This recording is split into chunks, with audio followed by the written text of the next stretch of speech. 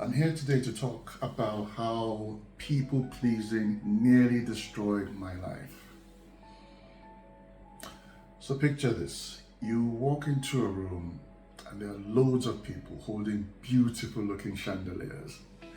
And there's this person that decides to guide you along the room, showing you each chandelier and talking about the people holding them. And all this time, there's a huge guy holding a light bulb walking behind you. Now, as soon as you walk into the room, you obviously notice this guy, but you're immediately fixated on all these chandeliers, gorgeous looking chandeliers. And at some point, all the people begin to leave the room one by one, including the person that has been guiding you along.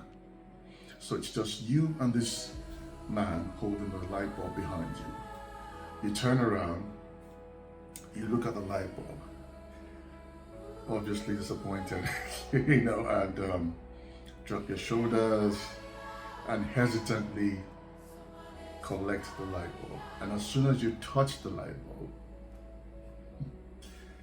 it begins to morph into a beautiful chandelier. You look up and you notice the person is God. So immediately you go, "Oh my God," and I just imagine God, looking back at me and saying that I get that a lot.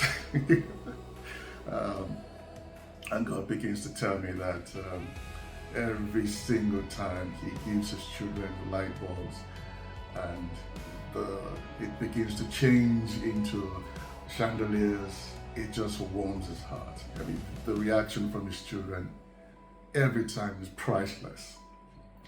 And God tells me that He let all the people leave the room so that I can focus on my light bulb, and tells me that all those people I was admiring once had light bulbs.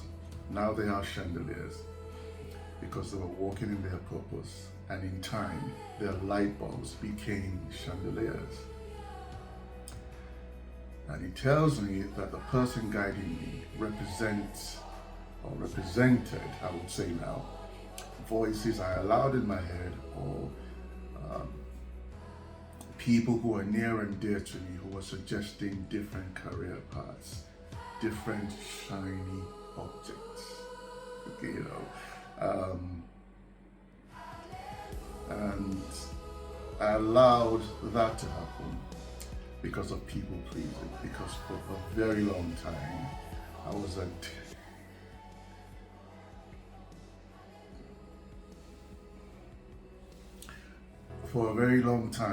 was addicted to people pleasing.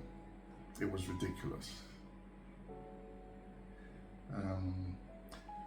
So I said, when I touched the light bulb, it began to change.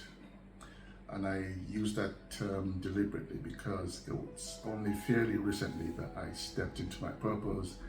And so I don't have a fully formed chandelier yet. My story is changing.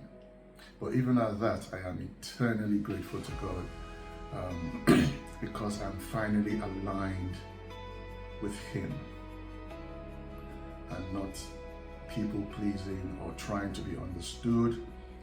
That's not my business. I'm trying to be aligned with God's will for my life. And that's what I am, the message, and that's what the message of this talk is. I know that there are lots of you who are listening to this who can very well resonate with the point I'm trying to put across. And it's not going to be easy, but I can tell you something I haven't been able to say for a really long time, and that is because I've started walking in purpose. I've been experiencing this uncommon joy that I've never had before. And I'm not even there yet. Like I said, my purpose is still being formed. My light bulb is changing gradually. But because I am where I am meant to be, I have that peace and that joy already. And I know it's only going to get better.